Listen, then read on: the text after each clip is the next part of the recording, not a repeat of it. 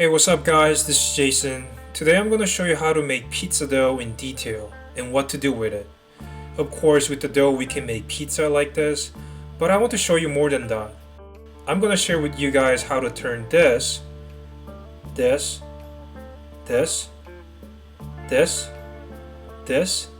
and this into these.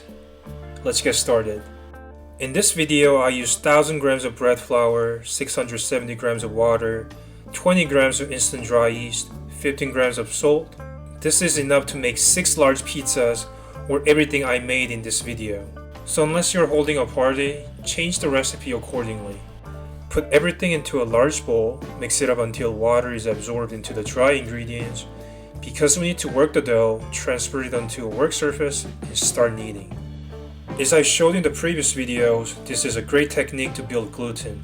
Smash your dough. If you want to punch someone in the face, just imagine this dough is that person's face. Smash as hard as you can. My coworker sent me a video of himself making pizza for the first time. I don't know what the he's doing. Let's keep watching. Okay, definitely don't do this. We need to develop gluten, and doing it that way will not do anything. So as I'm showing you right now, be aggressive. It's okay. Once the surface of the dough is relatively elastic, we are done kneading, and going to let it proof for double or triple in volumes. How fast it rises really depends on the temperature the dough is in. If it is done in the room temperature, it's going to take 1 to 3 hours, or 6 to 8 hours in the fridge. Even overnight is fine, so don't be alarmed. After proofing, if you have a small dough, you can make pizza or calzone right away. But since I'm dealing with large volume, I'm going to divide by 300 grams or 10 ounce or 11 ounce. When they're divided, shape them into a bowl and let it kinda rest for 15 minutes. As air goes into the dough, it's going to be a lot easier to work with. We have 6 beautiful doughs. And from here, I'll show you how to turn these cuties into something incredible. Cutie number 1, 2, 3, 4, 5, and 6. In a bowl, combine half a cup each of chopped garlic, salted butter, and a few tablespoons of olive oil. Microwave it for 30 seconds until butter is melted. Set aside. That is going to be our secret sauce for breadsticks and garlic knots. Grab one of the doughs, roll it out with using a rolling pin until it is 1/4 of an inch. Cut them into a rectangle and make a knot. It really doesn't matter how you shape them, it doesn't need to be perfect at all. With a 10-ounce dough, I was able to make about 10 garlic knots. If you want to make them smaller, either roll it out thinner or cut smaller. Again, there's nothing complicated, just make a knot however you want. As long as it looks like that, it should be okay. Once everything is shaped, we're going to let it rise for another 30 minutes or until doubled in size.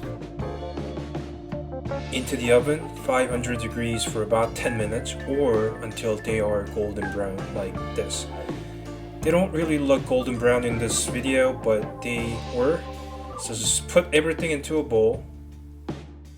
Put Parmesan cheese and our secret sauce, which we made earlier, butter, garlic, and olive oil, some parsley, and mix them up. There we have it, garlic knots. That's our first menu. It's a great appetizer. Now let's move on to our next menu, which is breadsticks. Just like making garlic knots, we're going to roll it out using a rolling pin about 1/4 of an inch. Cut them into bigger pieces, about 5, and just put them on the parchment paper and let them proof for about 30 minutes until they are doubled in size. After that, we're going to brush with our garlic, butter, secret sauce, then sprinkle some Parmesan cheese again, and into the oven. Same temperature, 500 degrees for about 10 minutes or until it looks like this. It goes really well with tomato sauce and it's another great appetizer. Now let's move on to our next menu, which is bread bowl. Punch the guess out of the dough and shape it into a bowl. Make sure it's closed tightly and place it on the sheet pan, seam side down, and let it proof for about an hour or doubled in size. When it's doubled in size, we're going to make 4 incisions, like shown in the video. It doesn't have to be 4, you can make 1 incision, 2 incision, 3, 4, 5, however you like it. There's no right or wrong. Into the oven, 500 degrees for about 15 to 20 minutes, and it's gonna look like this. Now let's move on to our next menu, which is, I don't even know what I'm making now. Let's see. Still don't know. Oh, we are making baguette. So shape it into a cylinder shape, like shown in the video, and make sure you close the seam and extend it into longer cylinder. Mine came out really fat, so if you want a thinner and longer baguette, just continue extending it. Once it's shaped, place it on a parchment paper and sprinkle some flour on top of it. Now we're going to place rolling pins on each side, so when the baguette is rising, they're going to hold its shape. After about an hour, when it's doubled in size, we're going to put it in the oven, but before going into the oven, we're going to make incisions. I made 3 incisions. Like I said, you can make 1, 2, 3, there's no right or wrong, so just do however you like it. To make the baguette crispier, we're going to create steam in the oven by throwing half a cup of water. Make sure water doesn't touch the baguette. Bake for about 10 to 15 minutes in 500 degrees. And of course, this is pizza dough after all, so we're going to make a pizza. Stretch the dough using your hands, or you can also use rolling pin or wine bottle. If the dough is too sticky, make sure you sprinkle some flour on it so it doesn't stick to the work surface. There are many ways to stretch your dough, but what I do is just pick it up and let the gravity do the work. Sprinkle some flour on the peel, drop the dough, and it is time to assemble. Drop a few tablespoons of tomato sauce, put cheese, and your favorite toppings. In my case, I just added pepperoni. Into the oven, your maximum temperature about 500 to 550 degrees for about 6 to 7 minutes, or until it looks like this. Isn't it beautiful? It's just beautiful.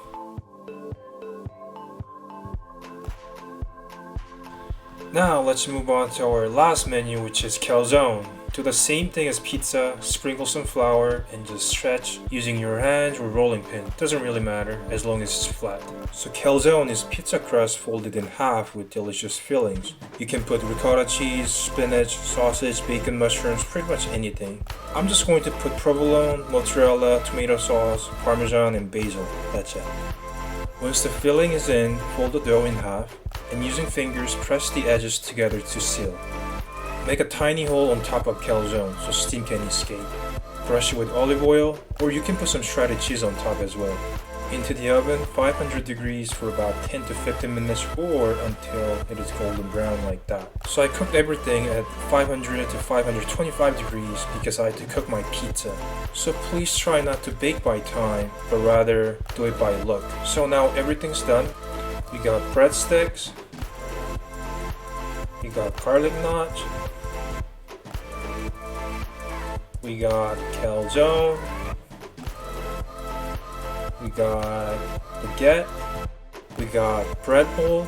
We can cut top off, scoop out some of the bread inside and put our favorite pasta, which I'll show you guys next time. And of course we got pizza. Okay, it's time to eat. So I just realized I was walking around as I was eating. I guess my body knew I needed exercise. A lot of us are staying home due to coronavirus, so stay healthy, eat well, exercise, and I'll see you guys next time. Thank you very much for watching and have a great day.